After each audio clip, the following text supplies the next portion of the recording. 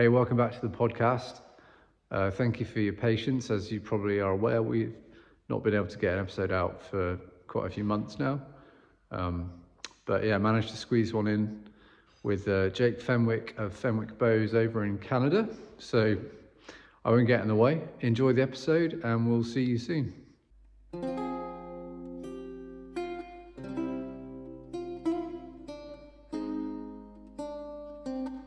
Wow. I haven't done one of these in ages, actually. It's like...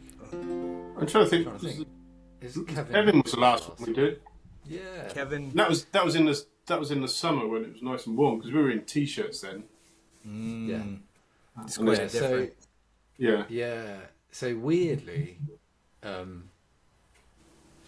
Jake, you're the third Canadian I've had in a row now. Or was it, you know, he's not Canadian, but he's in Canada now. So yeah. You're doing a Canadian tour then? Yeah, I think I'm out of Canadians at this point that I know of. So wait, you started with Jamie. He's out in BC. Who is the other fella? Kevin Hicks from the History Squad. Okay, and whereabouts is he now? Is it Saskatchewan? I can't remember. Oh, okay, perfect. You're heading east then. BC, Saskatchewan, Maritimes. It's a good tour. Yeah, I can't quite remember. I think it might be there. But yeah, well, yeah. We're Right heading on. further home.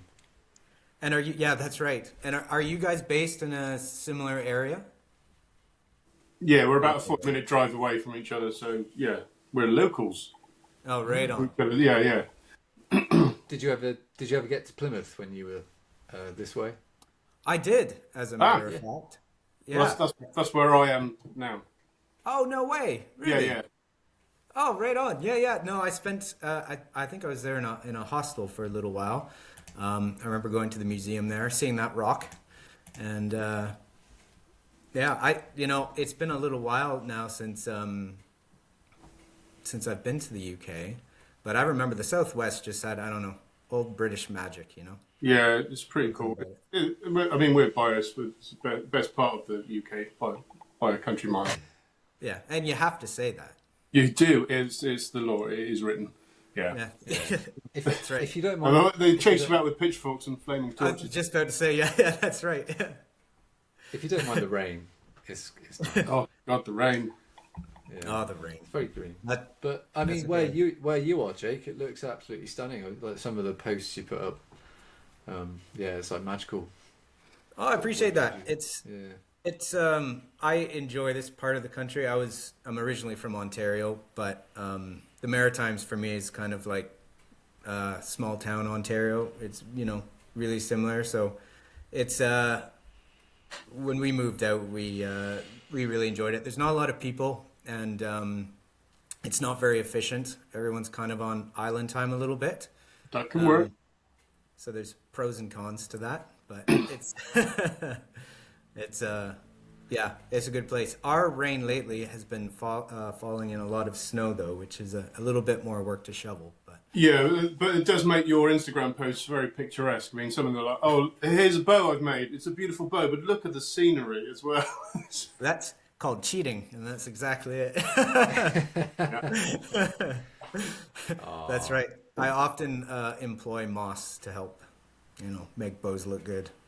And it works. I'd love to get out to Canada at some point because I just like big on that sort of wilderness sort of thing. And Oh, amazing! I've Well, got loads of outdoor pursuits that I could quite enjoy. absolutely. Take a big long suitcase to bring some mew back. Yeah. Get the fishing rods and hiking boots on and. Yeah. That's it. Well, if you ever make it over, we've got lots of space, and you'd be more than That's welcome. an invitation. Thank you very much. Yeah, that's kind of I'm booking that. Right, No, make a note of that.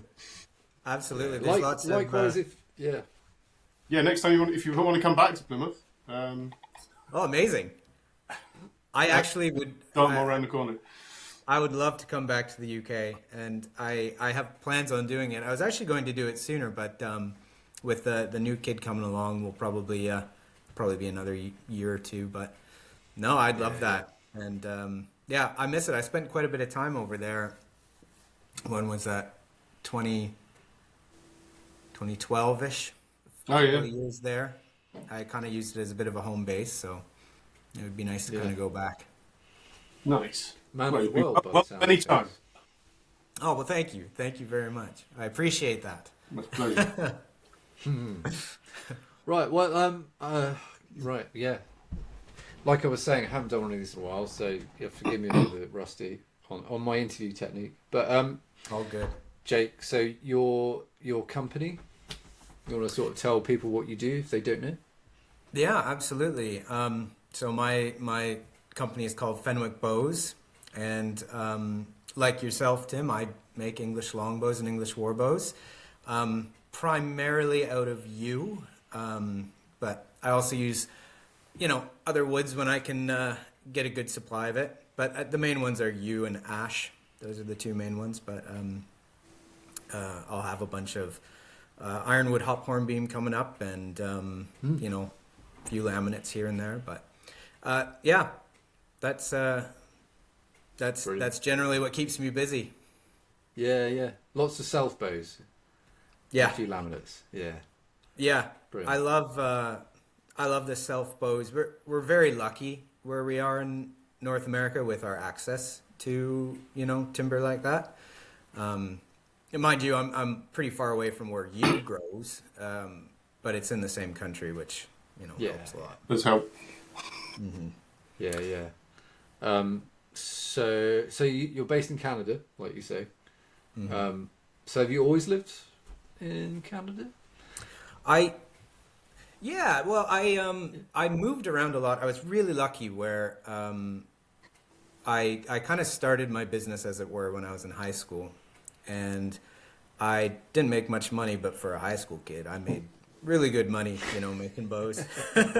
When you don't have rent or anything like that, my parents were awesome that way, and so I saved up a bundle, and I spent 6 years kind of rambling around into different countries, and I'd set up shop in some of them, and then I just kind of move on. So I did that for quite a long time. So I was born in Canada and I live in Canada, but I spent Yeah. years in New Zealand and. So a what long age time. did you start? Sorry, what age did you start making bows? Sort of, and what was the catalyst for that? Really? Oh, right. Yeah. So I always kind of grew up in a woodworking sphere. My dad's family business was making shaker furniture. And so I was very lucky where my dad had a shop. He had tons of tools. He had a lot of knowledge of wood. As you know, I mean, with bow making, it's very different from other forms of woodworking or carpentry where, you're bending, you're asking so much out of the material. But a good base knowledge in wood certainly helped. And then, I was doing some family history, and actually, so my grandfather's brother was the president of the University of Regina, and I guess the history students did a report on him, and in it was all kinds of family history back to like 1038, and in it was a lot of archery. My mother's maiden name is Archer, so that to be expected, I suppose. And I did some research to figure out, well, what kind of archery would this be, and that led me to the English longbow. And I actually remember at the time I went on YouTube, as any kid did. YouTube was pretty new and there wasn't a lot of videos. There certainly wasn't a lot of archery videos. But Nick Birmingham did one of these videos on Brilliant. the love of the English bow, and it was just like this really slow, beautiful. Yeah. You guys probably know it. The bow is bending, and just that curve, like the crescent moon. I just went, oh, that's amazing. And Yeah. and then that's kind of what started it for me. And then So you self-taught, or I mean, how did your sort of, I mean, obviously the enthusiasm for getting into bow making is apparently part of your family history, but Did you know anybody made a bow, or did you just start by trial and error, or what was the process? Originally, no. Originally, no. I ended up having a lot of people teach me over time. But actually, what kind of started it all was my dad was kind of looking around like, come on, there's got to be somebody around here who can help my kid, Yeah. figure out how to do this. Ended up meeting this fella who is a neighbor of mine, and he invited me down to Pennsylvania to the big ETAR shoot. I don't know if you guys have heard of it, but it's a massive, like thousands and thousands and thousands of people Wow. down in Pennsylvania. And it was a long drive. I can't remember. I feel like it was like a 12-hour drive, and I just kind of met this guy and, went down and camped out with him. And a few other guys came into the camp, and they had these English longbows. And I was kind of going, oh man, that's exactly what I'm into. And they ended up becoming really, really dear friends of mine. And one fella who was like a mentor to me, he was part of the EWBS. And so he encouraged me to join. And then through the EWBS, I ended up learning a lot from, different folks virtually. And then that led to Ian Sturgis came over to Canada. I learned a lot from him. And then back in the UK, I worked in his shop for a little bit. And that kind of ended up the beginning of learning from a bunch of people, and sometimes it was just small meetings. Sometimes it was more in depth. But it was great to see like David Pym's workshop in Italy, and in Australia, Colin Gare, and New Zealand, Aaron Williams. Yeah. So over time, Yeah. sorry, go ahead. Sorry, I was just saying you've been to Celestino's place. I take Yeah. it. Yeah. Yeah. Have you been there? Twice. Yeah. Yeah. Oh, fascinating. Once with Dave and another time with someone else. But yeah, no, great journey. Yeah, it's a good road trip. Was it's it a an great experience? road trip, yeah. Oh man, yeah. To be honest, I think that was when I went the first time. It was the second time I'd been to Europe, and the first time I'd gone was just like a little trip to France. So I managed to drive through like a massive swathe of France, and then into Germany, Austria, Italy, and just like the road trip was just amazing. Yeah. Yeah, just on the trip itself, just the drive would have been amazing. Yeah.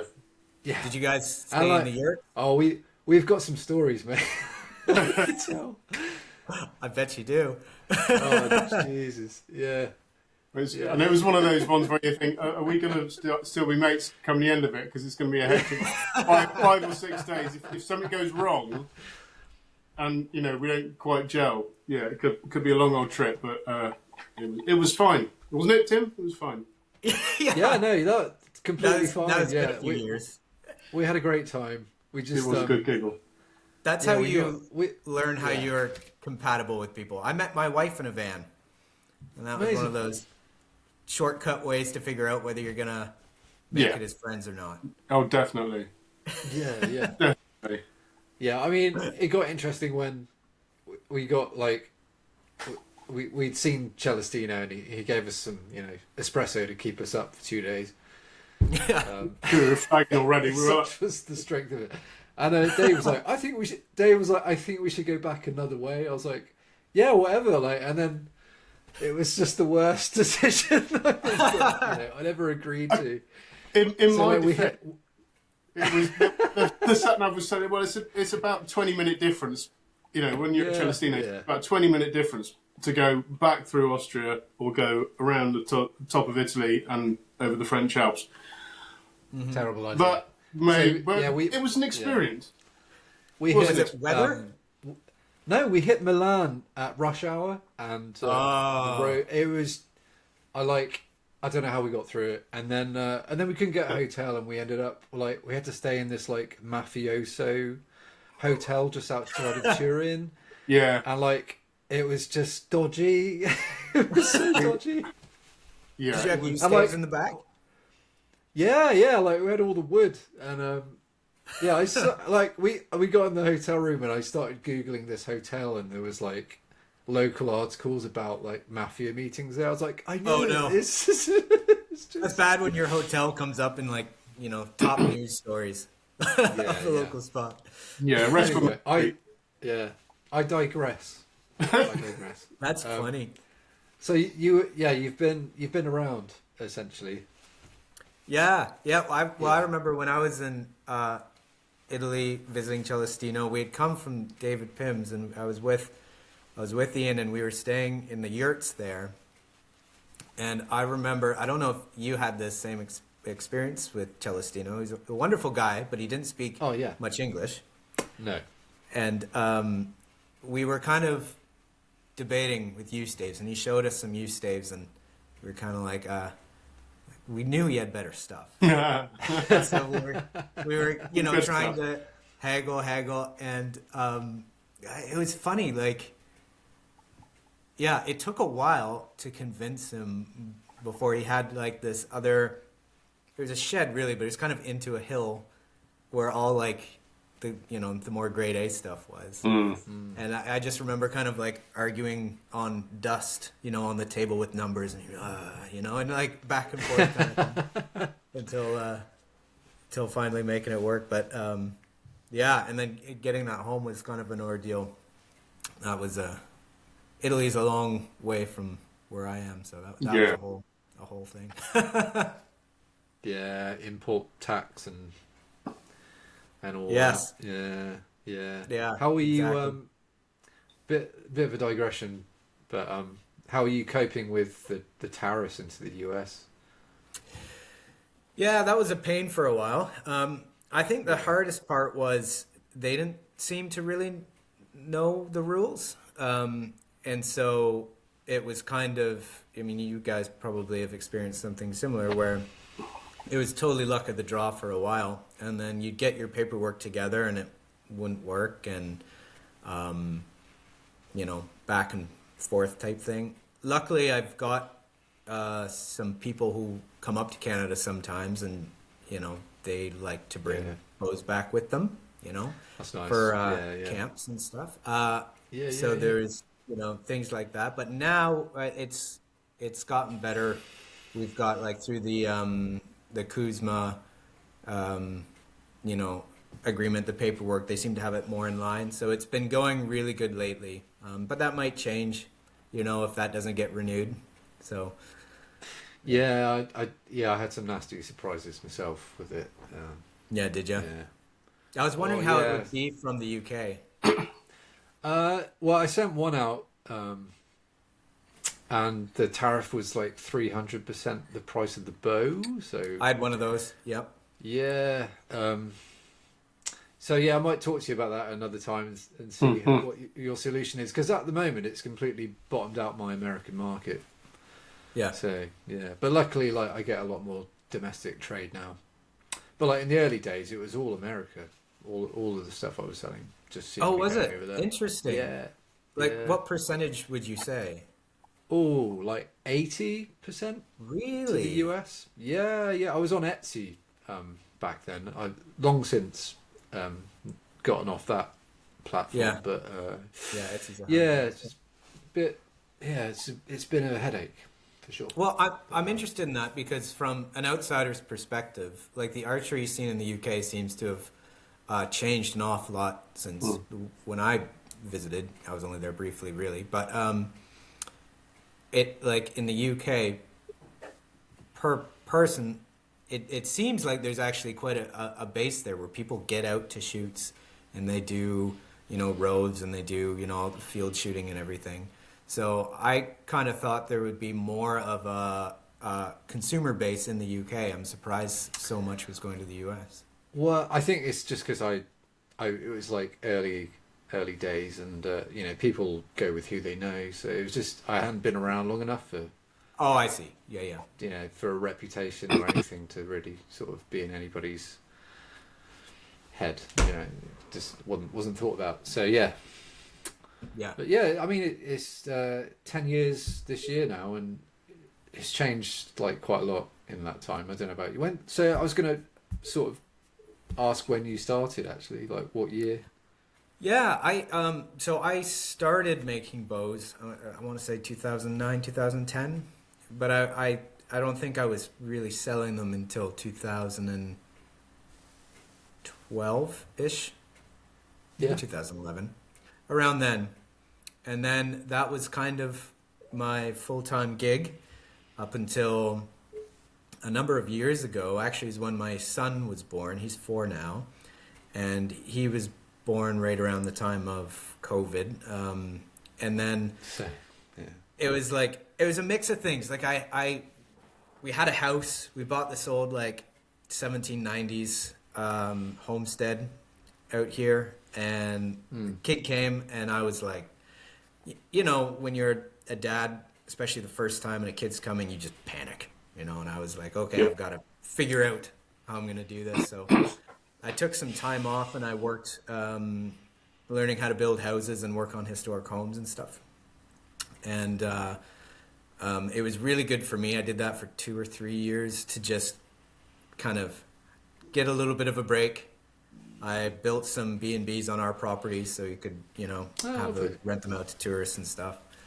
And then it was great because when I went back into it and kind of opened up shop again, kind of had this break, I was able to kind of, I think I needed that step away to just totally look at it fresh, reorganize things. I built a shop, and so everything could kind of, start fresh. And then I was really thankful. I'm really thankful it's taken off a lot, despite the upheaval, you know, in the world. People are still shooting bows, which is awesome. Sure. Where's your sort of main customer base, or I mean, where are you selling to? So likewise, the U.S. was the big one. It was like, yeah, probably 75-80%. And that's changed now. I still sell a lot to the States, and especially now it's starting to get better. So a lot of my American customers are coming back, which is really nice. But I've been able to diversify quite a bit. I've been selling a good amount to Europe recently, which has been really nice. And then, you know, oddballs here, there, and everywhere. Our friend Chris Northrop's had one of your Yes. you bet. Yeah. Is that what you saw? Yeah. I was pleased about that because I love making all bows, but I do really love making these really heavy bows, and I don't have anybody here who can properly shoot them. And I do get people buying them, but of everybody that I've sold to, there's not a lot of people that will actually send me pictures or videos of them shooting it. I bet. I wonder why that might be. Yeah. Surprise, surprise. So it was really nice when he was interested. I was really pleased because, you know, I knew he would be able to handle it. And then since he shot it, there's another 2 people who I'm fairly sure will be able to handle it, who are getting one. So it'll be really nice because from the bowyer's perspective, what I'm really interested in is, because I can't pull that, is how the bow is going to perform. Yeah. What it can do. You know, you make these things, you see it bending, you know, Yeah. you get that curve you really like, it's coming down to 30 or whatever, and you're like, whoa, this is Ticking all the boxes. Yeah. I want to be like, you know, there seeing it. So the next best thing is that. So I think Chris is going to shortly, I think he's just waiting on some arrows.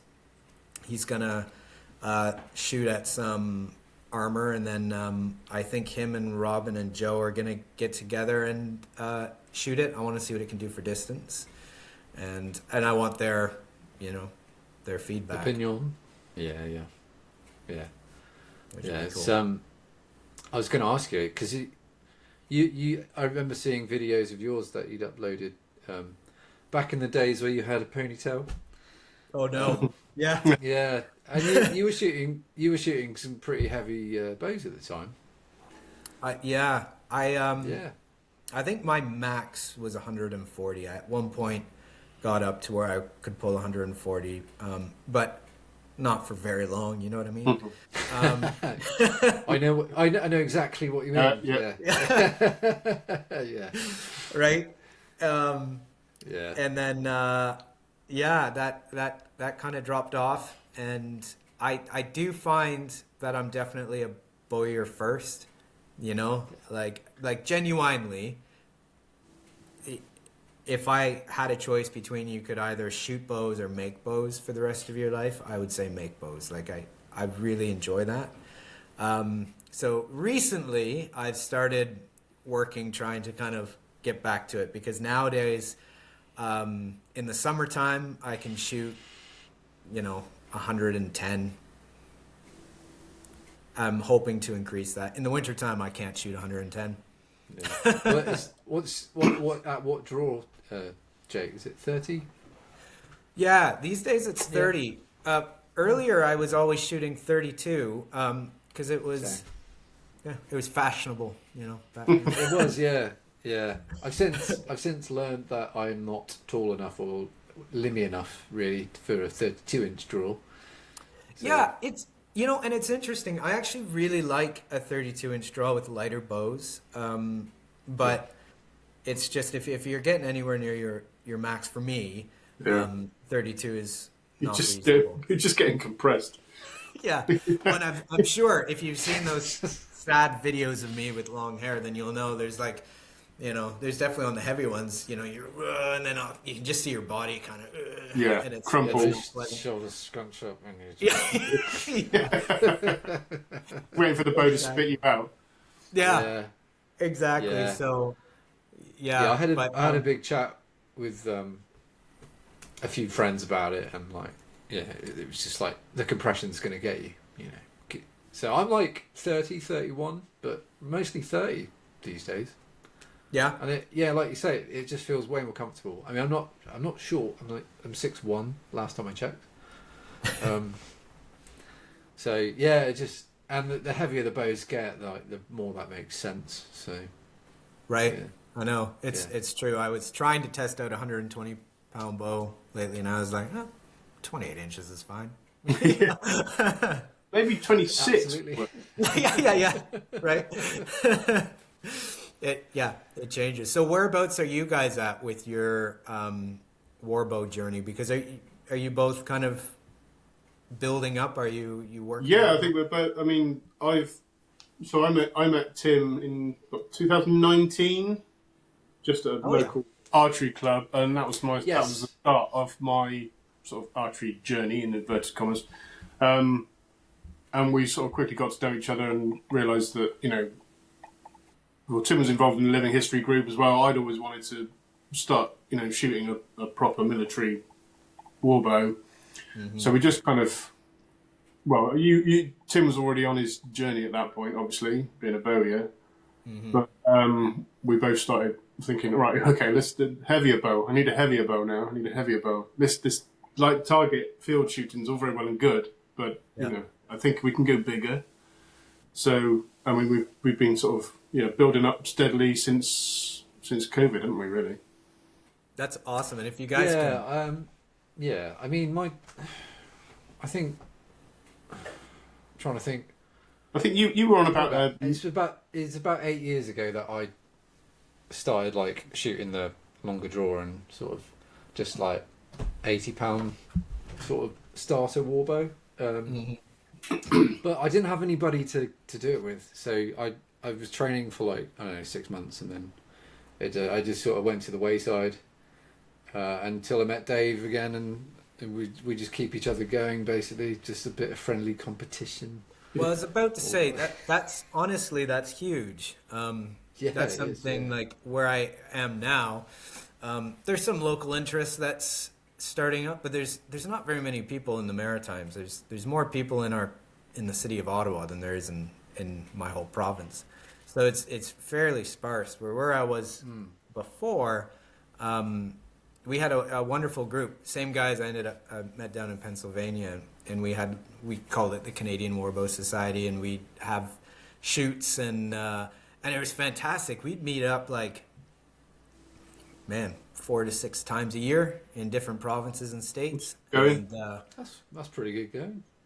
oh man, it was awesome because you get together, we'd camp out, we'd make bows in the evening and drink too much as you do, and then you'd shoot in the morning, and man, it was just it was fantastic. And what it did was it really was a driving factor. And when I was shooting those heavy weights, was like you had those group of guys, right, where that one day you go out and you're shooting 10 pounds heavier, your mate makes you a bow, and Yeah. you have that kind of that fire that really kind of helps. Yeah, I was just going to sort of say to compliment that. I think we all agree, like me and Dave and our gang, like we always shoot heavier when we're all together. Weirdly, but we haven't answered your question yet. So, Dave, what are you shooting? Oh, sorry. So I am shooting about 130 pound at the moment. Oh, good for you. And That's awesome. And I've managed to maintain that over the winter, which is not as savage as your winter, obviously, but still we know from historic years that winter can be an absolute bugger for keeping on top of all the gains you've made over the summer, and you're feeling really pleased with yourself, and then it can all go to crap over the winter. Yeah, absolutely. I can still get in the 130 pound at the moment. Excellent. But yeah, keen, and that was always my sort of goal. I think when I sort of was really looking into it and sort of seeing who could shoot what, and so 130 sounds like a good idea. So pleased to have got there, I'd like to see if I can get into sort of 140, 145 this year. We will see. That would be excellent. Before I get too old and decrepit. Well, I do notice that after 120, there's the drop off is steep. 120 is definitely a watershed, I reckon. Definitely. Yeah. The gains are much more limited. Like, yes, I've hit 120, so man. 125 shouldn't be too. Oh no, we can't do. I don't know how you found it, Jake, but I was just like shooting like a 110 for like it seemingly forever. Before I could get up another 10 pounds. It just took ages. Yeah, it's funny, isn't it? It's like I don't know if any of you guys have weightlifted or whatever. Not that I have a lot, but can you not tell? No, not really. Can't you tell? Yeah. No. But it's very similar, isn't it, to any other movement where there's significant gains in strength up to certain points, and then there seems to be, with most people, typical plateau spots. And I think, what you said, Tim, that's definitely kind of one of them. And that's when the disheartening sets in, where you got to keep going. Yeah, and particularly if you're, as Tim was saying, we have the benefit of each other to kind of prod and poke and cheer each other on. But if you're on your own doing it, then, you've got to be so disciplined to keep pushing and keep, seeing if you can raise the bar. Yeah.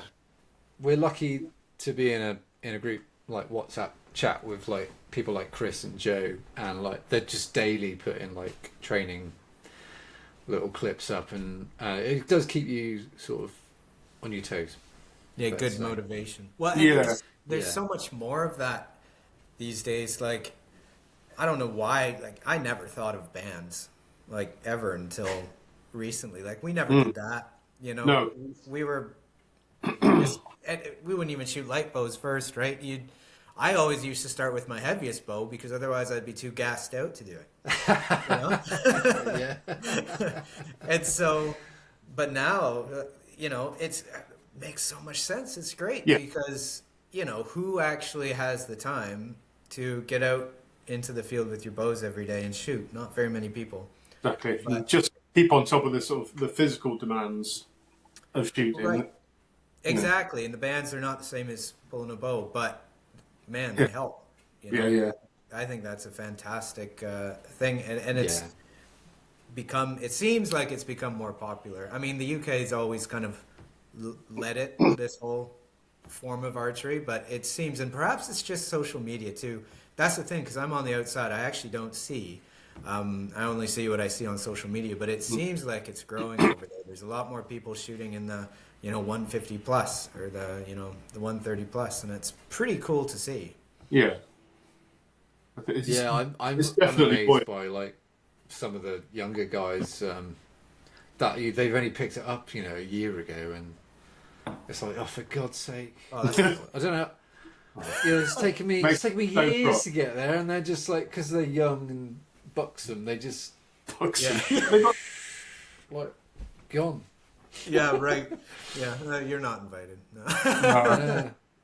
Yeah, Yeah, we can, I but was you gonna can't ask- come.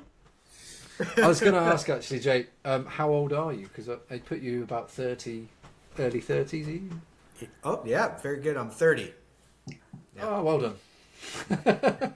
You made it. Oh, Made it in there. Nice. Yeah. Yeah, brilliant. So, Yeah, I'm hitting 40 this year, and like oh yeah. trying to get my head around that. Yeah, trying to get my head around that. It's been coming. You know, it's funny. In our small town, there's a bunch of people with kids same age as our kid, and we've kind of got a little group because we all do weird things. I make bows. One's a mason. One is a printing press. Everybody's kind of doing weird things, nice. and they're all 40, and it's that Really same old. kind of. Except you. Yeah, except for us. But it's just kind of interesting. So when you're talking about like with your kids, I said to my wife, I'm like, $10 says he's 40. It's just like everybody I know who has kids like our age is 40. Yeah. Well, yeah. My eldest is the same age as yours, your boy. So. Oh yeah. Yeah. COVID baby. So yeah, she'll be 5 in early March. So. Yeah, so right in the heart of it. Yeah. It's been a journey. Yeah. Have you, out of curiosity, have you introduced archery to her at all? I mean, obviously it's around her, but I haven't been super pushy with it. yeah, no, me neither. Yeah, And she's like super independent, so like I try and Yeah, you couldn't. she hasn't quite got the idea of it sometimes. But she won't let me help her. So she might get like 1 or 2 arrows off, and then she's like, "Oh, that'll do." yeah, right. But I think she'll be into it. I'm going to make her a little U-bow for her 5th birthday this year. So We'll see. on. That might get her a bit more interested. But no, she has that like properly shot by herself, which it just took us a while. No, I totally you? understand because I think I don't know, that's my philosophy anyways, but who knows if it works, is like I've never wanted to push anything because I feel like, kids are wet noodles, right? You push something on it, it's the last thing they're going to want to do. So, try and, like, my boy will be interested and he'll come up, he'll do the same thing. He'll shoot an arrow or two and then he's done. And so I'm always like, that's fine, that's cool. Yeah. And then next time I'm out, Yeah. he comes running out, kind of Yeah. that. But he's the same way. He doesn't like to be, he loves being the authority. He doesn't like being taught. Yeah. Yeah, they're like little dictators. Oh, very that much. age. Yeah. Yes. Crown prince. Yeah, exactly. It's a good personality trait. It's true. Good arrow fetchers, though. Oh yeah. Yeah. If you can make a game out of it. Yeah. Yeah. It's all right. I take her to shoot sometimes, and she'll just walk around with me. She's like she's so happy most of the time to be there. So it's quite good. It's nice that I can take her places now, because like when she was like 2 or something, it's a lot harder, isn't it? But once I get a bit older, a Yeah, little bit more independent. exactly. And I'm trying, I need to actually get around to doing this. What I've been really meaning to do is make a set of arrows with, like blunts on them.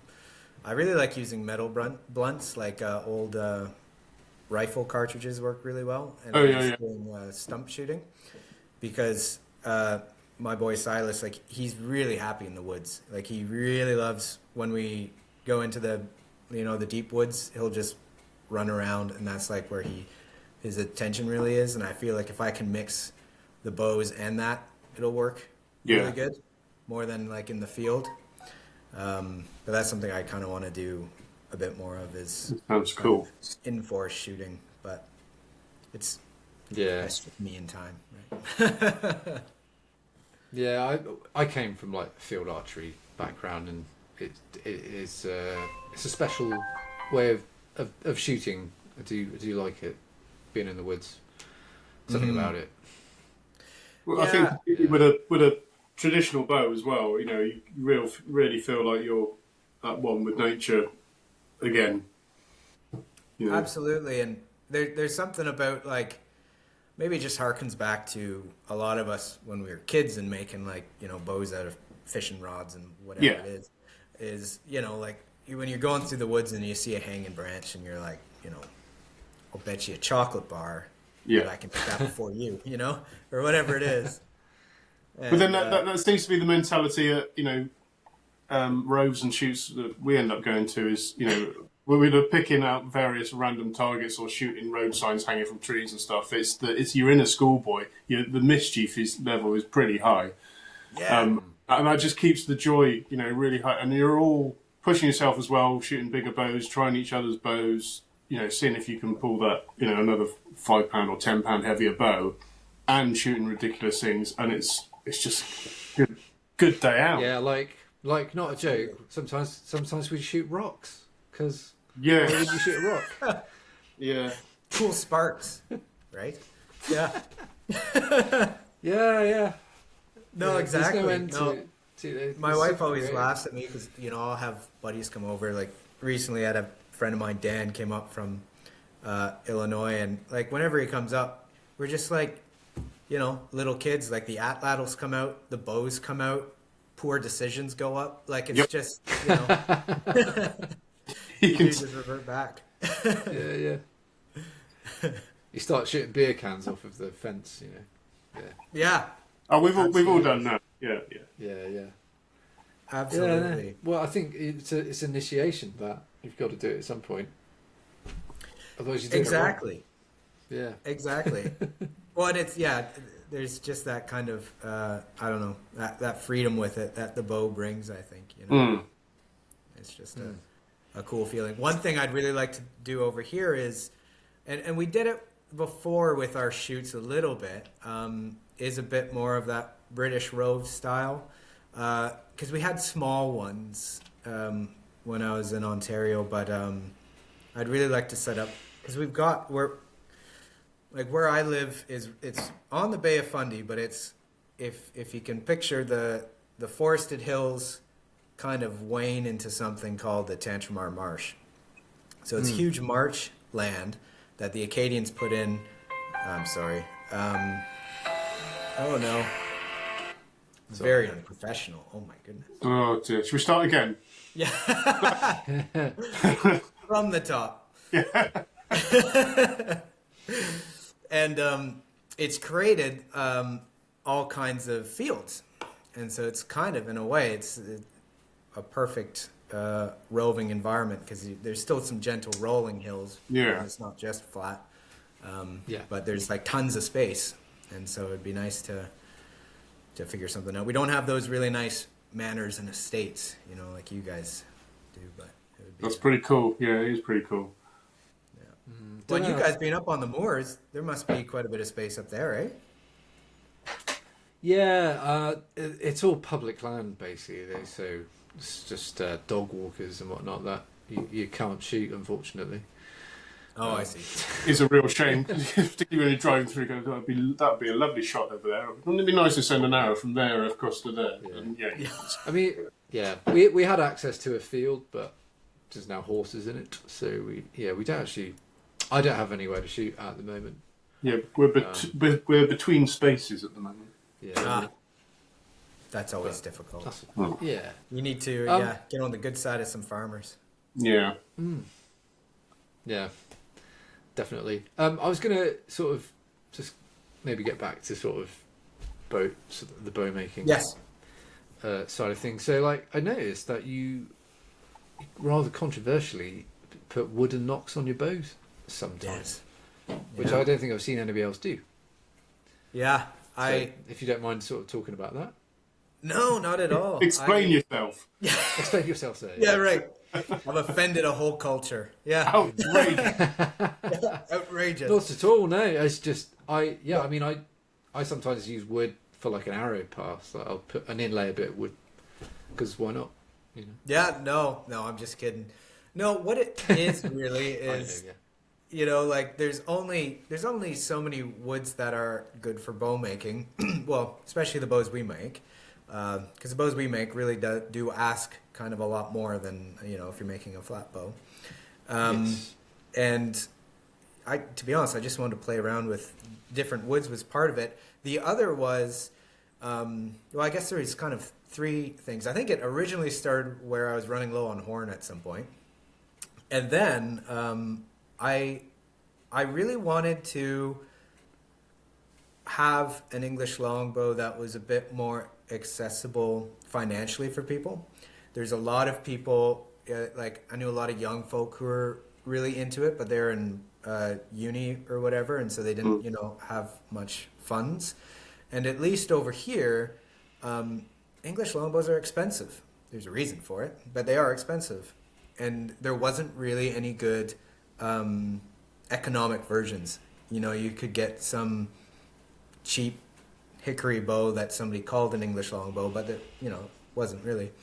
And so I was kind of like, how can I cut costs but still make a really efficient, high-performing, you know, bow? And so one of the ways was using wooden nocks.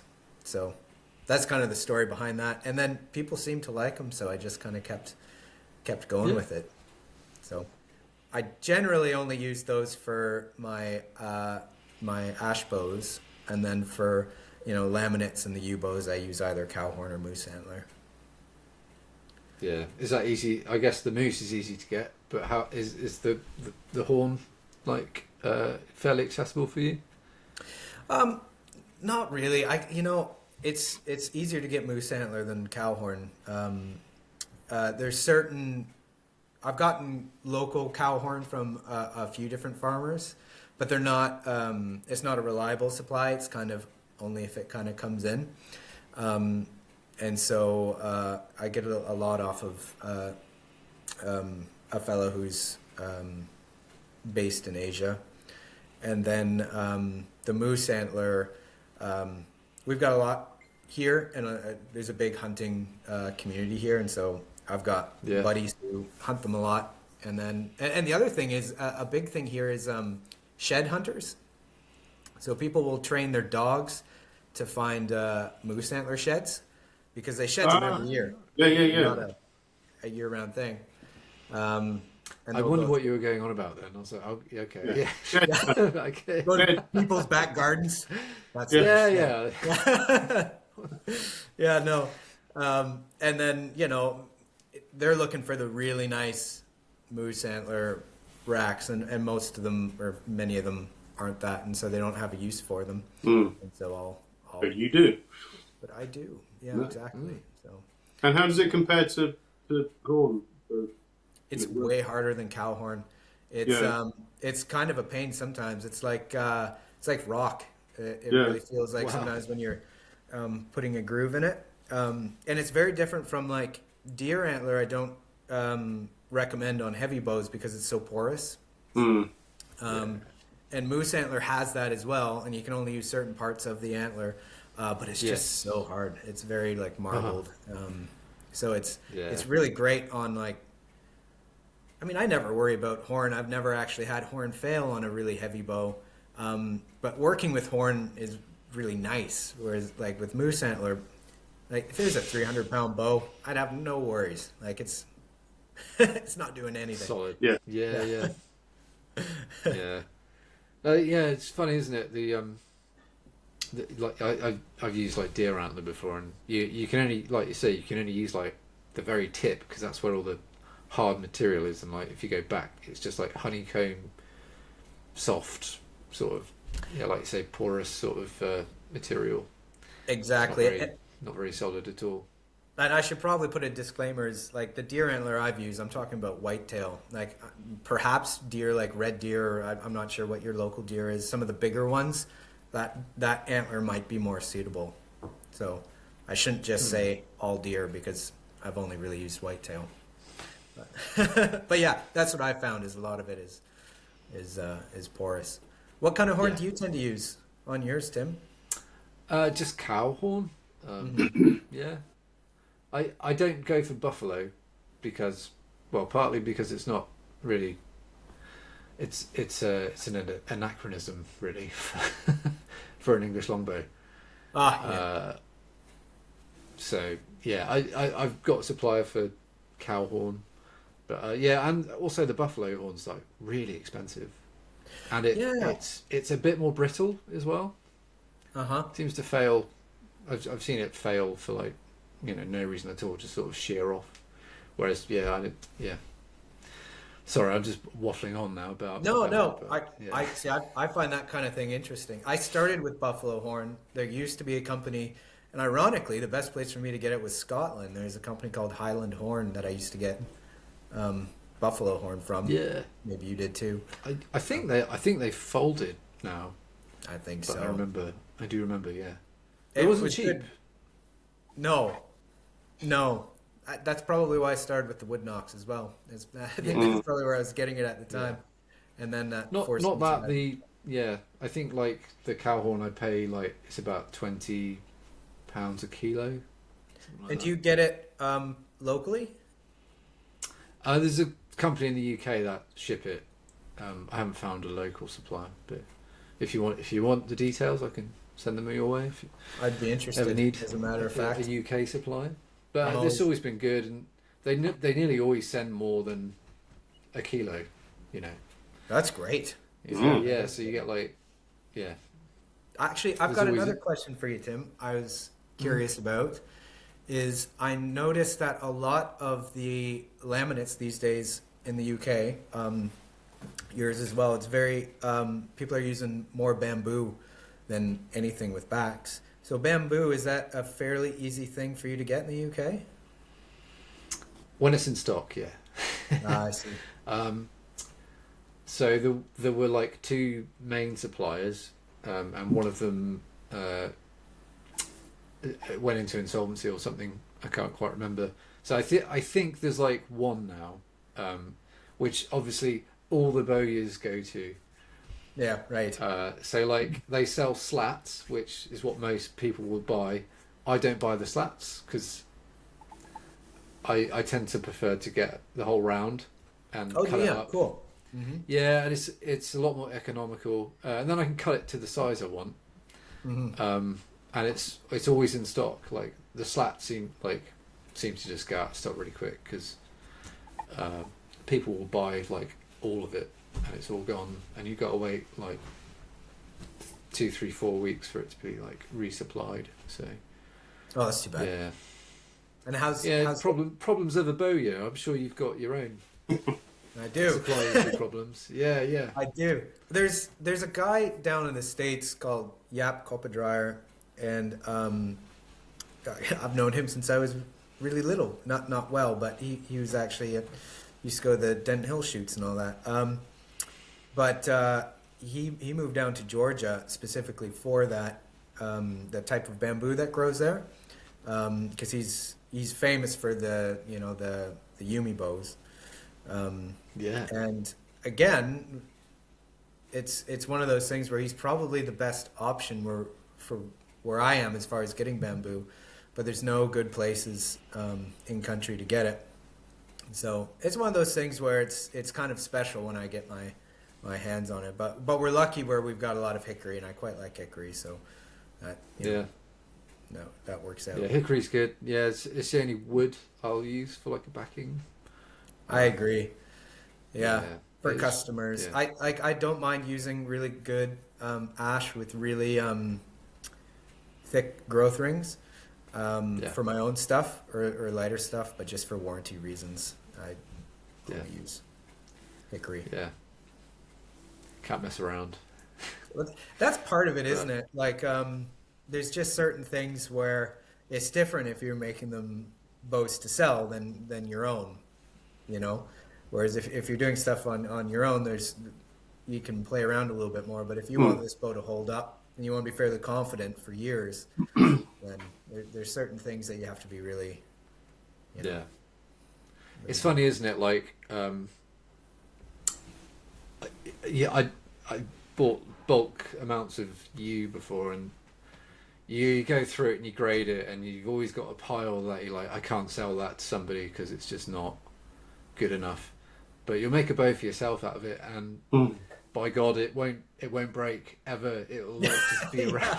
You know, I've got one that's like, it's years and years old now, and it's only like £100 Italian Acne like stave, you know, just knots all over the place, and like it's completely fine. Still shoots really well, and I never expected it to last more than like a year, maybe. I just thought, oh, it'll crystal or something, and no, it's Absolutely. fine. Absolutely. And then you'll send out a really nice bow, and there'll be a problem with it, you know. And it's like, it's a perfect bit of wood. Like, this doesn't make sense. Absolutely. I've got a story just like that where I was talking to a friend of mine who's making bows, and I was kind of saying black walnut is really beautiful. It can make a nice lighter bow, but it's just not good with the heavy weights. And he was talking. He was like, anyways, he convinced me to give it a try. I said, tell you what, I'll make a really heavy one. I'll make a 120-pound black walnut bow, and it's gonna nice. Chrysal. Like I made it. Beautiful bow. Worked just fine, and I've tried to recreate it, and every piece just doesn't work. But that one bow where I was trying to make a point, nothing wrong with it. It's totally fine for years. Yeah, nothing. Yeah. I don't know if you've seen any of the other episodes. Did you watch the Jeremy Spencer? I did. One. I really enjoyed that episode. Jeremy's a wealth of knowledge. Oh, we could talk about that. But I was. Yeah. He said he got some atomic ash. If you remember, that he was showing us this really dense bit of ash. His friend Alistair had some from the same tree, and he's made like a heavy self bow out of it, which I saw at a shoot. And ash has not got the best reputation as a bow wood, especially like the English stuff. I'm not sure what it's like on your side of the pond. It's a bit soggy, a bit slow, tends to chrysal, and this thing was shooting as well as a yew bow, like really impressive speed. And he's like, yeah, it's quite an old bow as well. Yeah. And, Git. You just like, okay, but this just breaks all the rules. Like, this is my understanding. It's completely gone out the window. And that's timber for you. I'm curious about that. I know it's got a bad reputation over there. Because ash over here, and I would have loved to have actually been able to hold that and feel the weight. Because I work with ash a lot. And ash is one of those woods that is just not created equally. Like yew wood, there's a huge variation with yew wood. But even I would say, like Pacific yew wood, that is not a great stave. It's more similar to the good stuff, if that makes sense, than ash. Like you can have really soggy ash, and you can have really, really quick ash. And unlike you're looking for the really thick growth rings that, a lot of late rings. Like when I'm making bows, and I want them to be a similar size but different draw weights, with ash it's easy. I can just look at the rings and I'll know if it'll be 30 pounds or 60 pounds or whatever. But I've found with the ash that I use, so this is North American white ash, is there's a couple things that are really important for if you're making them into English longbows. They like to be on the longer side. They need to be really dry, and you need to tiller them really quick. If you do like a ton of work on if you use a long string, and you get it so you're pretty sure that when you pull it down to 30, it's going to be a good good bend. I've found that ash can be like really, really fast. But that's my experience with the ash that I work with. It's just like, it's more finicky, Yeah. I mean, we tend to use it for arrows more than anything, but not so much for myself these days. I've gone on to like lighter shaftment material. That's what I the don't know, newest similar. research is showing, isn't it? Well, just those lighter woods are just they're good. They're really good. Well, and this is something that I actually have been learning recently was, obviously spine. Everybody knows about like the flex of the arrow, but I was always really scared to shoot like a really light arrow out of a heavy bow. I thought that would be damaging, and it turns Yeah. out there's a lot to say the contrary. Yeah. Well, when we did Arrows versus Armour 3, so we used aspen shafts, really light, but like stands well in a bow, as Jeremy would say. Yeah. And I think some of those arrows were like, they were floating around 50 grams and getting shot out of 130 plus 40-pound bows, and it was just fine. Just fine. Amazing. And like, I can't remember what we worked out the grains per pound was, but it was low. It was it was. I would not recommend this to a customer. Sort of. Yeah, absolutely. Yeah. Oh man, that's Yeah. amazing though. I mean, those things must have just like a laser, Yeah, it's really like.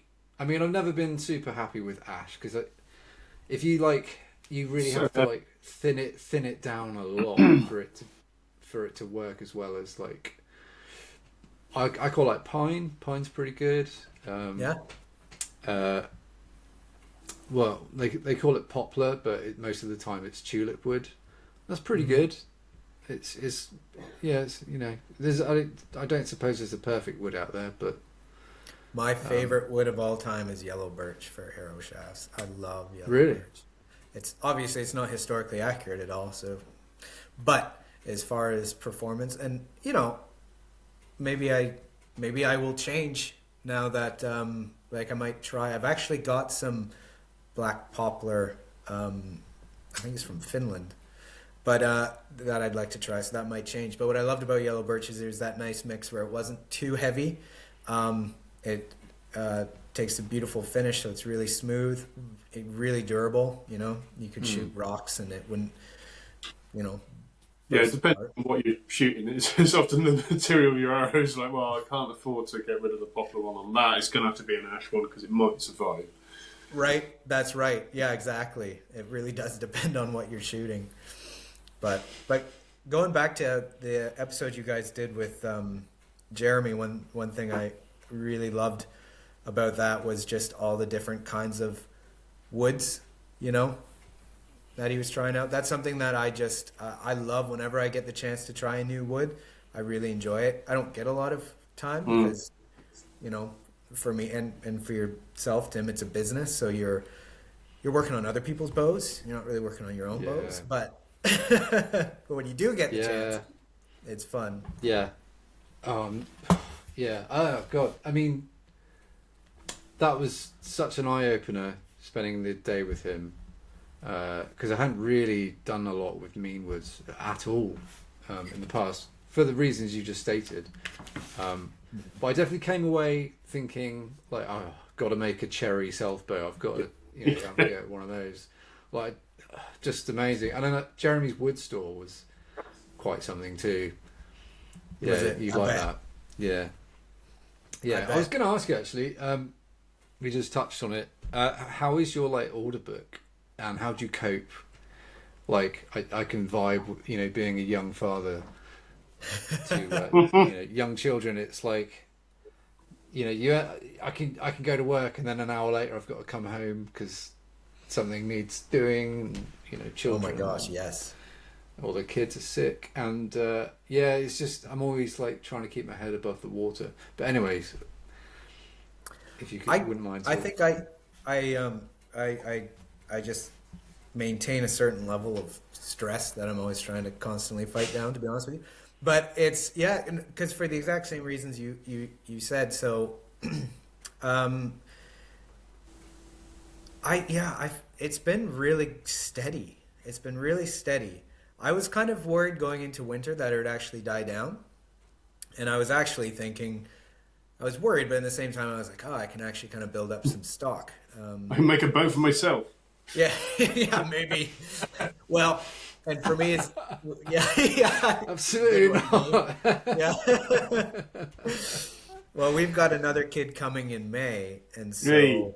I was kind of hoping to have a big stock because I don't exactly know how it's going to work. I'm obviously going to take some time off, and then I'll probably work part time for a couple months, but Yeah.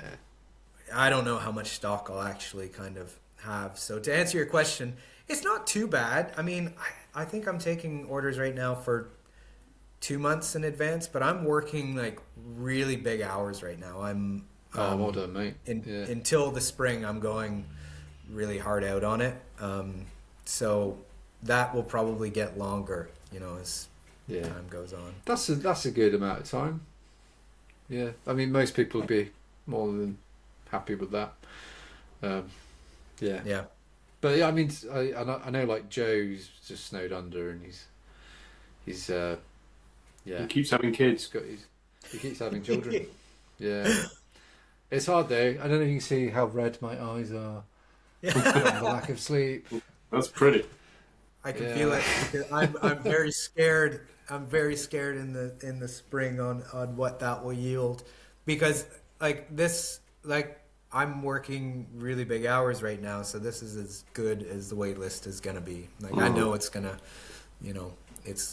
it's gonna get more, but and also like we've also got the B&Bs, so whenever we've got people staying, I also kind of run that, and Yeah. there's cleaning to do, and keep up on the snowshoe trails and stuff like that. So there's Yeah. Some might say you've got your, Sorry, Dave. Sorry, what was that? some might say you've got your hands full. Yeah, yeah. And it's one of those things, right, where it's like there's tons. There's I could bore people with a list, but it's all good stuff. So you Yeah. can't really complain. No. You complain And you need. yourself. I bored Tim with this. I was, my two are a lot older, but I'm at that period now where I was kind of like wish I'd paid a bit more attention to certain times of their life, because life does get busy, particularly when they're little, and you just kind of like you are chasing your own tail, trying to get stuff done, trying to keep them alive, keep them fed, keep them water, wipe their bums, get them to bed, all of that stuff, and then suddenly they're at school, and then suddenly school just like chunters on, and then my daughter's at second year of university now. It's kind of like, oh my god, how did that happen? Oh man, It does, and it's just like that. that's I the know, cats in the cradle it's- thing, right? Yeah. It's trite to say, but it does go so quickly. So I mean, if you can just enjoy it and just stop and take a go. Yeah, this is mental, but also it's really cool that it's all happening and working for yourself as well. I know it's the same for Tim. You have that privilege of being able to spend a bit more time with your kids as they're growing up than many dads and parents, Absolutely. get a chance. Actually, So that's something I'm super thankful for. Is like I come in for lunch. yeah. I can do that, which is so cool. But you're absolutely right, Dave. That's something that I have to remember more. It's hard to do, when you have Yeah, totally. And I'm, like I say, I'm guilty of not, doing it all the time. But with the Absolutely. benefit of hindsight, It's one thing like that my wife and I always kind of like will look at each other and say, hey, is just like when we're totally overwhelmed, is we'll just go beautiful chaos, yeah, because that's in essence, what it is, it's all good stuff, but like, absolutely. damn. Whew. Yeah. Yeah. Exactly. Yeah. And honestly, like getting back into the bow thing for me, like when I was doing carpentry and other kinds of work, I had people asking for bows, and I kept saying, look, I've got a family. Like if I was going to make this, I've got to charge you like this amount. And then, people started saying, okay. And I was kind of like, oh, really? Okay. Okay. Because you have to charge a certain amount to pay your bills and Yep. all that. Yeah. And they're not cheap, are they? No, Mhm. not But that really allowed me to really be thankful and be like, how cool is it that, you can do that. Yeah. Yeah. Jay, I wanted to touch on something you were involved with fairly recently still, which was Project Quiver, which I know what it is, but I mean, if you could sort of, anybody watching, not sure what I'm talking about, maybe you could sort of just talk about that and how you got involved. And Yeah, for sure. So there's this fella named Todd Howard, and he's got his daughter Ella, and they decided to do this thing where they were going to write a book on bow making. And so they contacted a bunch of different bowyers kind of around the globe, and they were going to go to each one, and the idea was they were going to do a podcast with them. They were going to go there and make a bow with them in the workshop, and then they were going to make this book out of it called Project Quiver. I think it's The Art of Life Through Bowcraft, if I'm not mistaken. That hasn't been released yet, but it will be. And it was really neat. I was very lucky, really, privileged that he wanted to come out and make a bow, and it kind of worked out because he was doing his North America run, and then there's actually very cheap flights from here to London and Ireland, and so he could then just hop over to Europe and do that leg. Yeah.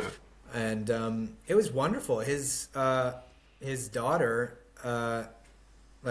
dropped out of high school and wanted to pursue photography, and credit to him, he was he just completely supported her, and the photographs she takes are really amazing.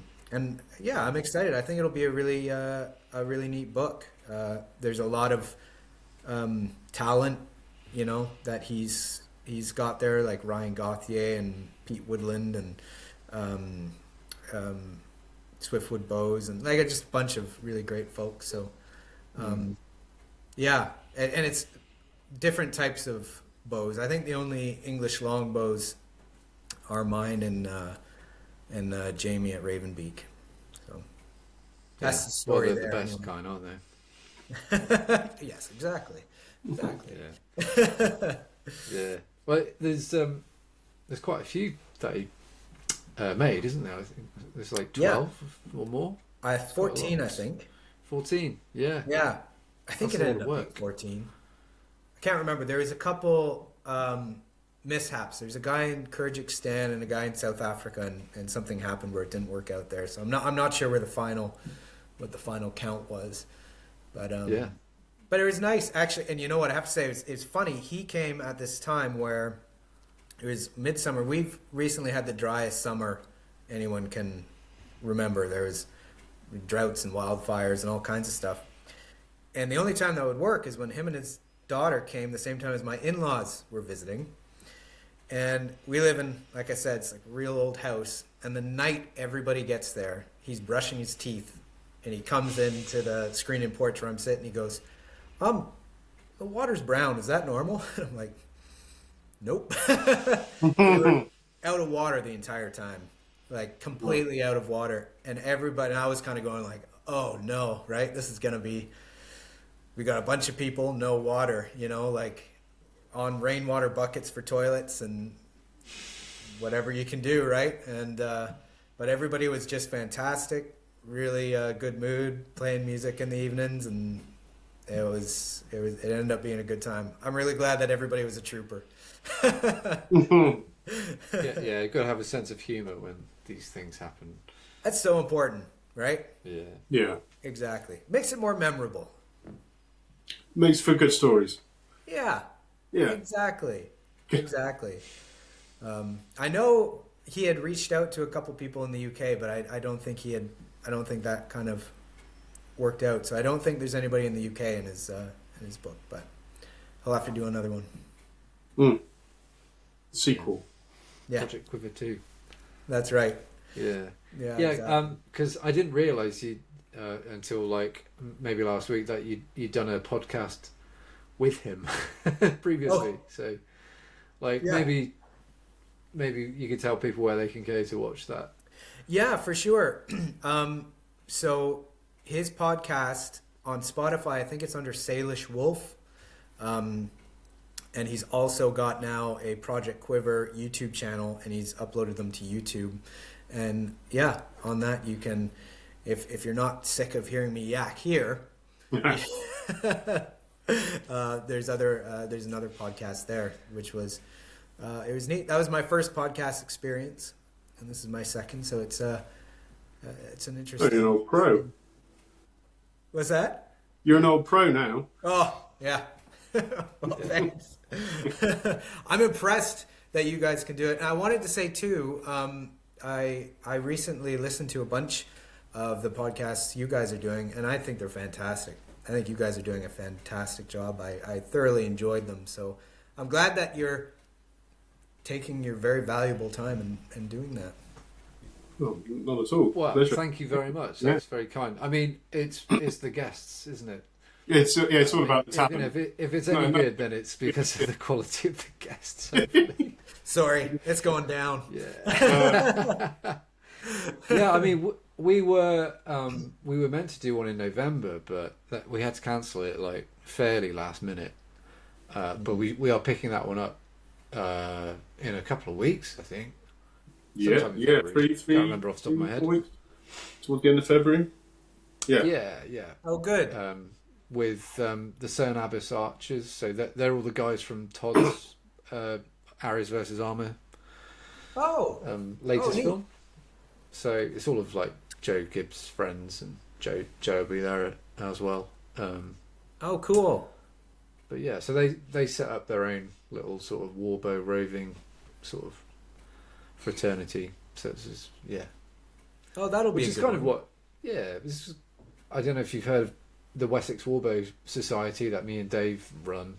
I have. It's kind Yes. of a similar thing, except we do like a living history side to it with displays and stuff, as well as running shoots, but not very often. I was about to say, are you guys still like fairly involved in the living history side of things? Yeah. Oh, awesome. And For it's, you guys. it seems to be, I was going to say growing in popularity, but we don't have many events this year with one of our groups. There's seems to be a lot of tight purse strings with various stately homes and castles and things, and which is a shame. I'm pretty sure I've seen you in a pair of tights. Yes, I was going to mention this. In fact, I wrote it down. Oh, go on then, Dave. Make sure I mentioned it. You're in Dave's hands now. I have been convinced once or twice I can be bought. Yes. Well, the lure of the codpiece. Yes. Irresistible. Yep. No, that's right. You know what? There's only been, I think, 2 events where I have donned the aforementioned hose. Mm. Most recently, I got invited out to, there's an armor in Ontario, Sanctuary Armories, Scott Nichols, and he at his farm, they host this Deed of the Red Knight. So there's a whole group, and they seem really, really good, like a very high level of historical accuracy, to my knowledge, which is limited. And it was really neat because there's a bunch of really interesting people there, like Nathan from Arms and Armor, who makes swords out of Minnesota, and a bunch of kind of really fascinating people. And so, anyways, he said, "Come on out, bring your bows, and I'll let you shoot some of my armor." And and I kind of went, "Okay, yeah, that'd be What's great." not to like? Yeah, why not? So I brought a bunch of bows out there, and they were really, really kind, because I told them, I said, "Look, I don't really have anything. I just have the bows." And his whole group there, they made me like beautiful leatherwork stuff, and the tunic, and the hose, and the whole 9 yards. And Nice. It was a fun experience. One of my favorite parts of it is in the evening time when everyone's got their tents and there's no phones, everybody's just dressed, and it's the smoke of the fire that like lingers under the moonlight. There's just something, I don't know, something about it where like, I got it. Yeah. It can be a really sort of special thing to get involved in, particularly, and partly for the social aspect and being able to camp in amazing places and the grounds of stately homes or castles or abbeys and stuff that general public don't get to do. Yeah, It's a real privilege. exactly. I could really see it, and I see how that really is really enchanting and kind of stick with you. Because I'd done, the only other time I'd ever dressed in full gear was when I was down in New Zealand. Do you guys remember there used to be the EWBS New Zealand kind of subgroup? Yes. Yeah. So What do you know what happened to that? Collier and Wayne and Aaron and they got invited to do. There's a big event down there called Harcourt Park, and I think it's the biggest medieval event in Oceania. And I happened to be there, and so I got to kind of go along, and they were doing demonstrations, and so again, dressed up and it was a lot of fun. Keith's great because he was really into the military application of things.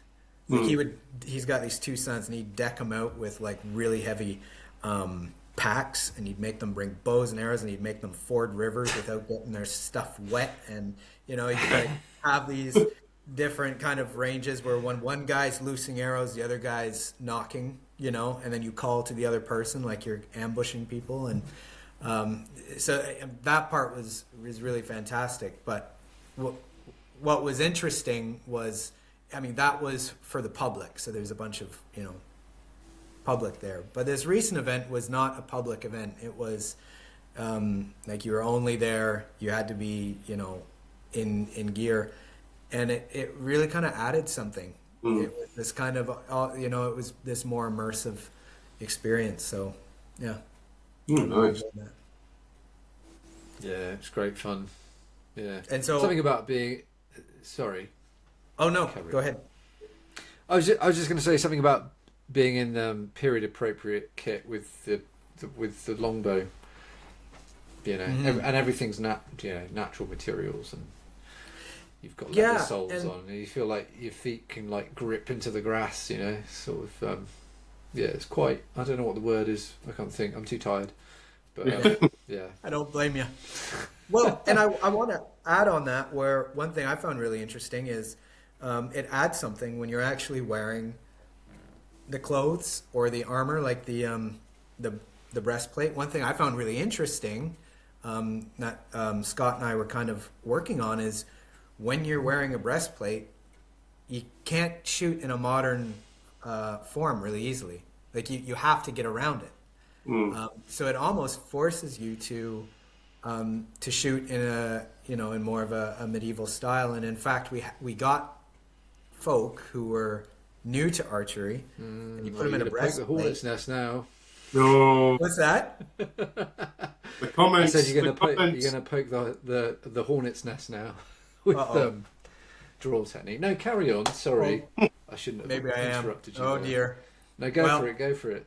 What we found interesting was he put these breastplates on these people who never shot bows before, and their initial way of shooting was more of what we know of today as a medieval style.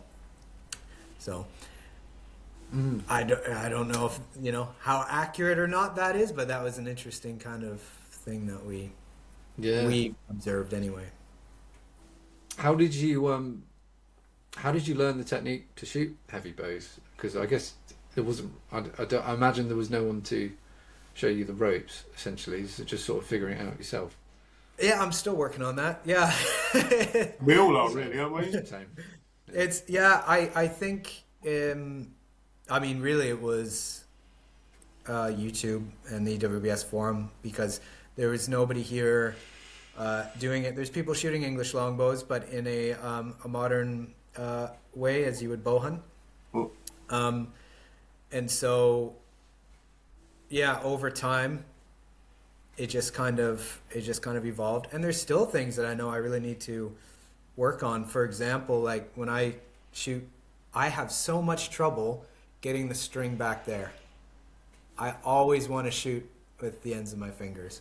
I have so much trouble like clawing it, Yeah. Yeah. and I know that that would probably add a significant amount of draw weight, but you know, It took me a while. I mean, because I was still, even when I was about sort of 110 pounds, I was still shooting right on the ends of my fingers. And Yeah. then it's kind of... Oh, let me tell you about this, Jay. So go on. I was telling Dave he needs to do a deep hook for I don't know, quite a while. It was But fine. as soon as Joe told him to do it, he did it right away. Totally, Did not sure it did. like overnight, you know. Yeah, that's what happened. So Joe don't listen told to me me. to do that I don't know when nothing. I met Joe in like 2012 or 2013, Sorry, Dave. and he told me to do it, and I still have not. I just can't do it that way. Oh, It Dave. feels really weird. But then, yeah, I mean, it is... I think once I was about sort of 120 plus, then you just start, you know, it just has to go deeper. Otherwise, you just, you know... It was a gradual thing, Timothy. Yes. A night my arse. Sure. Well, how is it now? Does it feel natural to you now? I don't kind of think about it now. I just, you know, it's more a case of just I'm thinking more about my shoulders in getting those in the right position for the draw rather than I am my string hand. That just kind of does whatever it's doing, and I think Yeah. it's more about making sure that your shoulders are in the right place. So you're not particularly, you know, now we're in sort of heavier weights and trying to not injure myself. Yeah. Even when I was shooting 130, I still just used the ends of my fingers. I need to work on that. Yeah. See, there's stuff I need to work on, but They honestly, call that raw, right? what's that? So they call that raw. Is that what they call it? Down I don't know. I was just thinking. Go down. It's like doing your deadlift without your belt on, you know. So Yeah. Yeah. Yeah. yeah. I guess that's true. Well, Yeah. and to pull, be honest the pull with you, nerves like, on your fingertips, they'd be screaming at you. you'd think, eh? Yeah. Well, and I'm sure I would pull more if I had it back here. I need to work on it more. Honestly, these days, most of the time when I'm shooting, I'm testing bows. Like, that's really what I'm, what I'm doing. Yeah. I should really kind of focus in on that more. But in time. You just did you just finish up a pretty big one in the last week? Yeah. Yeah, Scandinavia has been coming in a big way. I made one, and it's 157 pounds at 32, which was a nice big one. And that was a really nice stave. It had like a really interesting deep convex channel in it, which was kind of fun to work around. I was a little kind of apprehensive with the stave because I was going for, I think the range I had was 155 to 165 is what he wanted. And there wasn't a lot of heartwood meat under it, so I knew I'd have to like really kind of max that area out. But thankfully it worked out really well. So I did that one, and then I've just finished up a 145 at 30 for a guy in Norway. So that's Wow. that was another really big one. So I've had a lot of orders for like really heavy bows lately. So. Yeah, there does seem to be, definitely an increase in guys around the world shooting bigger numbers. Yeah, but it's difficult because getting a stave that can yield that is no easy feat. Yeah. Like I kind of squirrel away the ones I have that could potentially do the 150 and above or 140 above. But it certainly takes, a special stave. And then the length. I get a lot of people wanting 32 inches, which is great, or more. I had one guy where it was more, and you're looking at really long, straight, Yeah.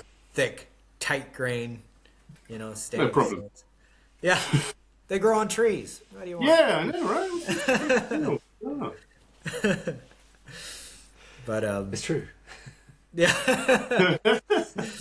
but they're hard to get, but it's man, it's really fun when you have it coming around, and I don't know, but like with my tiller, I don't need to know the number to know when it gets to 140. As soon as it gets to 140, the tiller makes a certain sound, and that's where I know. Oh, right. Yeah, it complains, Yeah. And it's just this one. You sure kind that's of not you? It could be you. Yeah, yeah, it could be. Yeah, my breath exhaling. Yeah, exactly. But yeah, Well, it's hard work find though, isn't it? Like, it is hard work making them because you've got to string it, unstring it, and it takes a toll. It does take a toll. Absolutely, and like reflex. One thing that, man, you must deal with all the time with like your laminates, because I've made. Don't start. What's that? I said, don't start on the reflex thing. It's Oh. just, yeah, carry on. I just know what you're going to say. But Well, I mean, that can be such a pain. I was making a heavy one the other day, and I glued in a lot of reflex to it, and man, like sometimes that's what gets me most nervous. It's not drawing a bow down to 30 inches. It's when you have a heavy laminate and it's right at that point where it's either going to bend into itself or it's going to spaz and fly right off the tiller tree, right? yeah, But and then like just stringing one of those is yeah. a feat in itself. Well, I often use the tiller to string, and I Have you got a ratchet? Have you got a No, pulley and a ratchet one? No? I've got my tiller has like 4 pulleys on it, and so when I have it down, and sorry, I'm not describing this very well. When I pull the rope to the Yes. point where it's bent enough to get a string on it, and if I move to the left, the rope catches on the side of the tiller, which takes a lot of Okay. the strain off. So then I can actually just walk up to the bow, flip the loop on, and come back. Because Easy peasy. yeah, otherwise, yeah, stringing it, yeah, a laminate especially that's got reflex. Or I've had some use staves that have just been absolute pigs to try and get a string on. Yeah, I'm doing one at the moment, and it's well, I'm aiming for like 120 at 28, but it's probably got 3 inches of reflex, Yeah. and it's really holding on to the weight. So, yeah, I'm not enjoying it. And it's surprising.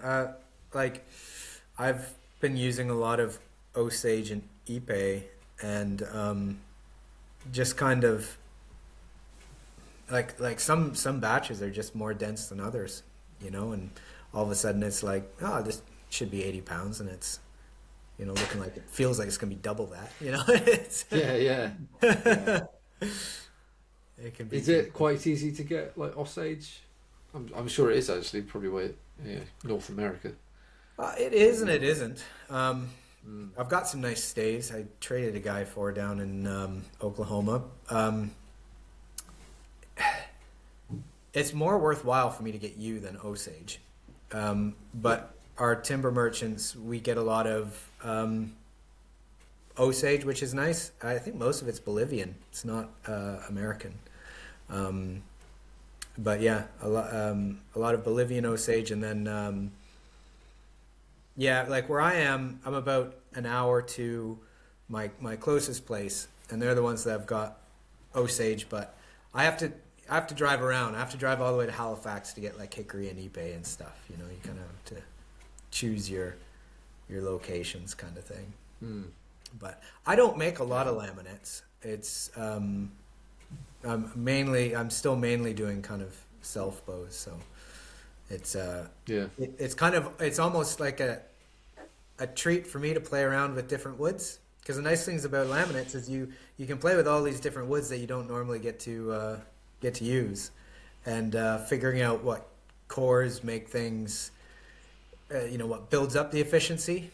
I'm sure you've got it kind of down to a science, but that's kind of one thing that I've been finding really enjoyable is testing out a bunch of different ones and figuring out what what I like, kind of thing. Yeah, no, yeah.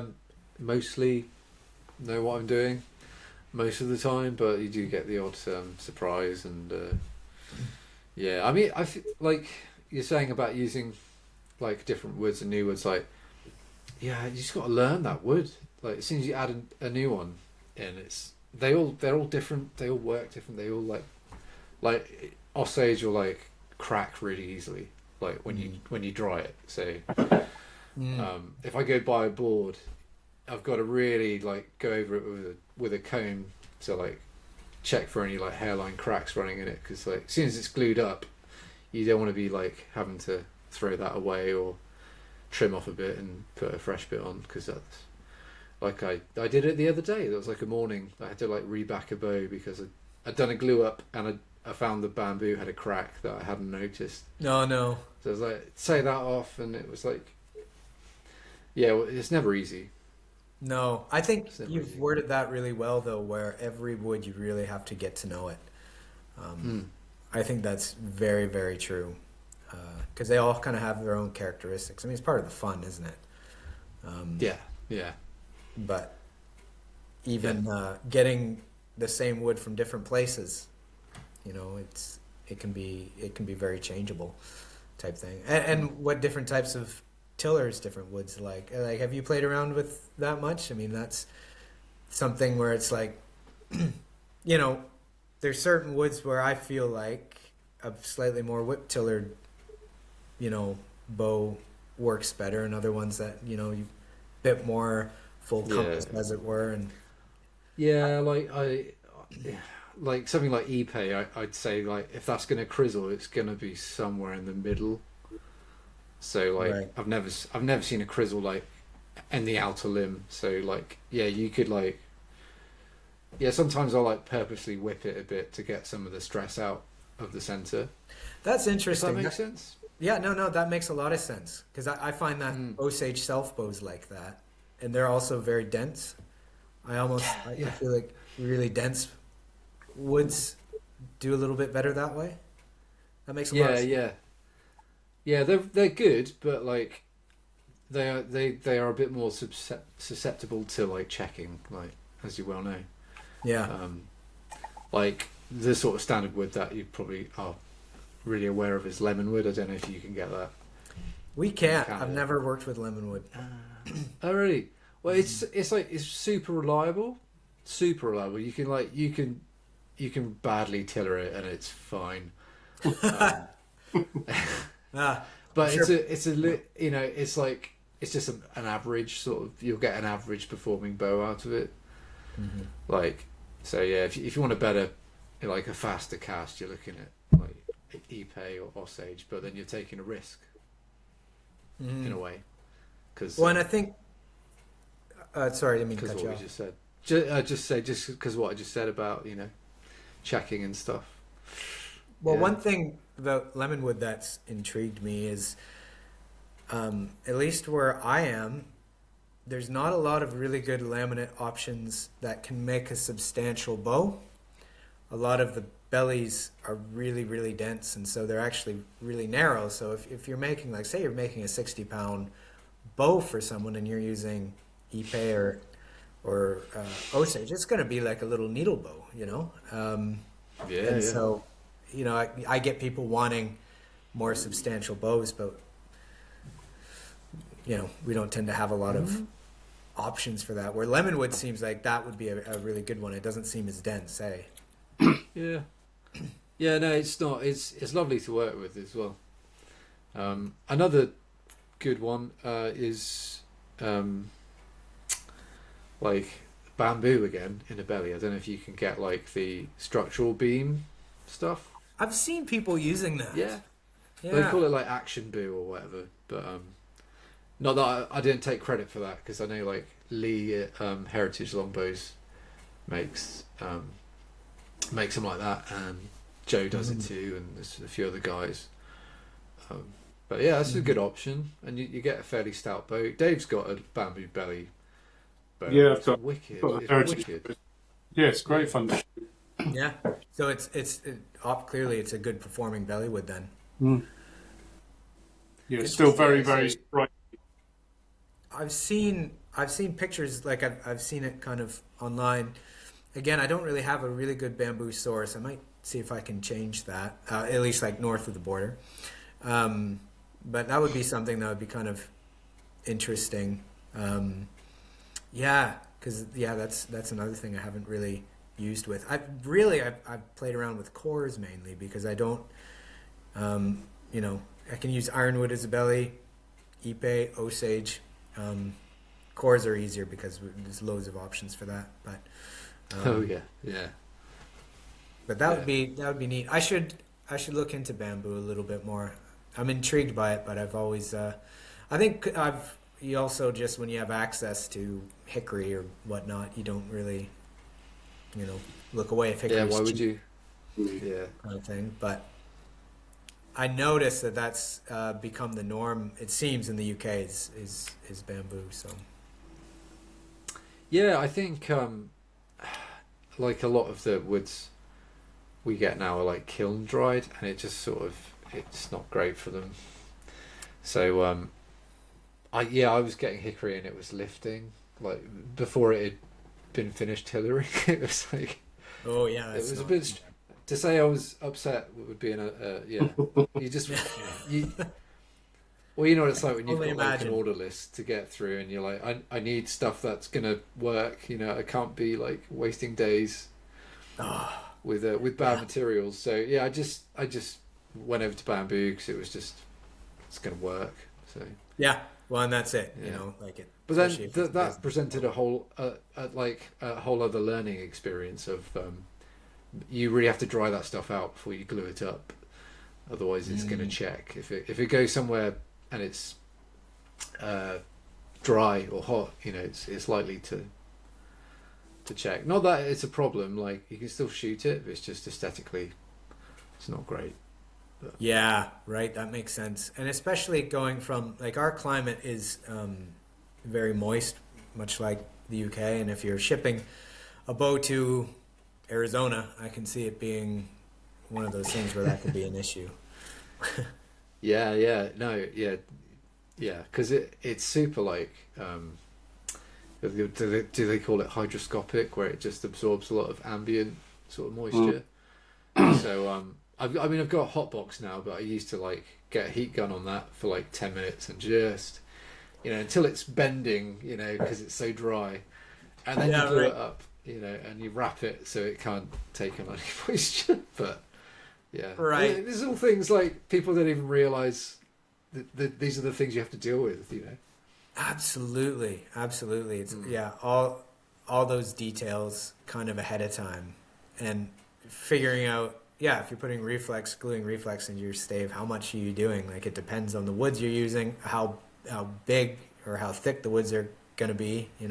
What might be 3 inches of reflex on a war bow is going to be 6 on a lighter bow or whatever. Yeah. There's just all these things to take into account. Have you worked much with heat treating? Self bows, of course. I used to use a heat gun, but I had problems with checking on like Osage, and so I just use steam now. Okay. But I don't like heat treat in, like, if you're talking about scorching a belly or something, or anything like that. I don't. But just like aligning a bow up, just use steam. But I was just what about curious. yourself?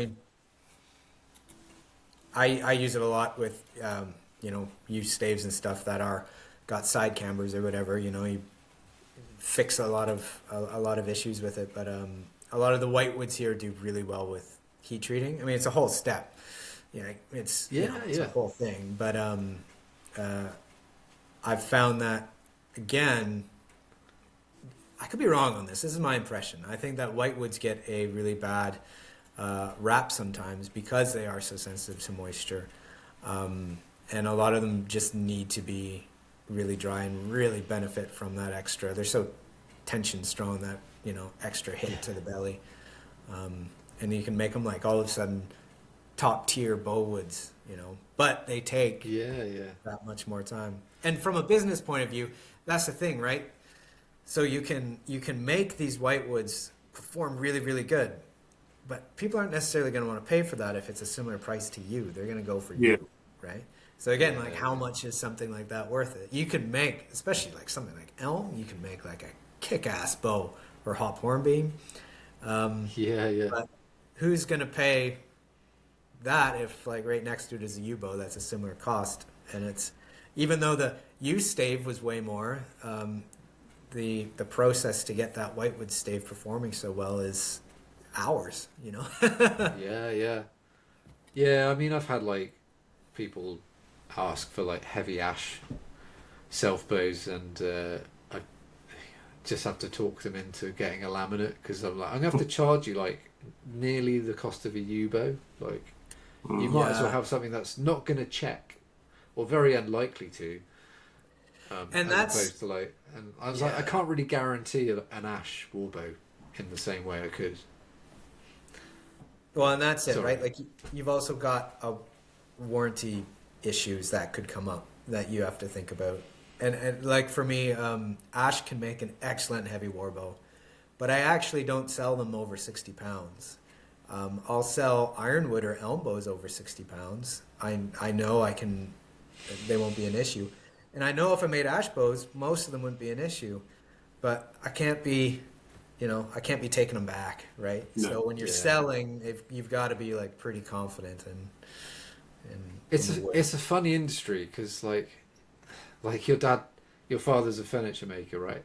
Yeah. So like, I doubt he had many pieces of furniture come back. No, because it broke. You know?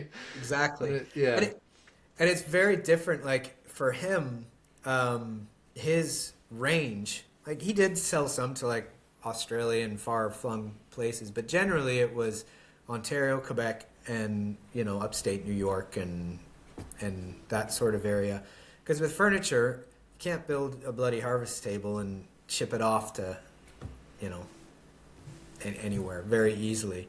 Like the nice things about bows is the entire world is your market, you know. Like I've often said, like since the late Middle Ages, there's been no other time where you could really do this for a living where I live. Yeah. How many people in New Brunswick are going to get an English longbow? Not very many. But on the flip side, like you're saying, I don't think anybody once has tried to bend their harvest table. You know, like it's just, you know, once you've got a set, you know what the furniture takes. It would take some really creative activities to break, you know, whereas with bows, you're asking so much. And not only that, but like there's so many risky parts. Like, I don't know about you, but I would say over 85% of the issues I've had with damage on bows has been people having trouble stringing. Stringing issues seem to be really big. And I think there's a few reasons for that. Oh my God, yeah. I mean, I've been down to the local archery club and watched people like string their bows up, and it's just, you know. Yeah. You just Sorry, cringe, what right? were you saying? Oh, yeah. No offense to anybody. No. No. Well, and it's different things. As a bowyer, that's really common knowledge that to other people just wouldn't be, and understandably so, where it's like, you know, if you're stringing a bow, your hand can only be in the center. If you pull up mid-limb, you know. Yeah. But, you know, a lot of people, especially people who are maybe getting the heavier weights, might be surprised at how hard it is to string those bows, and so that makes them try in different ways. And that's where I think the majority of issues I've had come from. Yeah, I'll tell you one I had. long time ago now. It was a real heavy bow. It was like 180. Wait, Like 20, one 180. I think it was at 28 inches as well. one So it one was- eight zero. Yeah, it was huge. Man, it was yeah, massive. And the sent it off, and I get an email like, "Oh, it's broken when I was stringing it." And and I was just trying to work out what the hell had happened. Yeah. Um, How do you and break? yeah, like Yeah. and complete misuse, and like the guy was really gutted because he'd saved and saved and saved for this thing. Sure. But I did make him a replacement, and I convinced him that maybe he doesn't need such a heavy bow. Yes. Really. So yeah, I gave him the benefit of the doubt a bit, and but yeah, it's a tricky one, isn't it? Because it's misuse, and Yeah. you're not liable to really replace something that someone's misused, and it's a real tricky situation sometimes. Absolutely. And as Not a that it bowyer happens often. with stringing issues, there's certain ones where you can tell just by looking at it, it was a stringing issue, right? Like it's quite obvious. And it's, and it's tough for exactly what you're saying. And it's one of those things where it is misuse. Navigating those waters can be difficult. One of the things that I tell people, and it's one of those hard to swallow pills, is if you can't string the bow, you're probably not going to be able to shoot it. Yeah. Yeah. And that can also suck if you've Yeah. saved up. But I think we all know that as well. From there have been plenty of times where it's been really hard work stringing your bow and thinking, "Oh Christ, this is going to be a difficult session." So just getting yourself prepped. It's like, oh no, Absolutely. no, that was hard work. Yeah. I'm Right? spent just stringing the bloody thing. And that's Well, yeah. right. But honestly, Dave, isn't that a good gauge where like, man, today's going to be a hard one? Oh When yeah, you're yeah, like- yeah. You need some extra juice. Yeah, exactly. Yeah. But I've dropped down to my lighter bow this afternoon, I think. yeah, right. Yeah, But yeah, I mean, like anybody listening, like use a stringer, and it'll always stand over the middle of the bow and make sure everything's evenly stressed, and absolutely. And be careful. only use. And if you can't string it by yourself, get someone to get the string in the groove and just concentrate on pulling the thing up. If you That's need two right. people to do it, then there's no shame.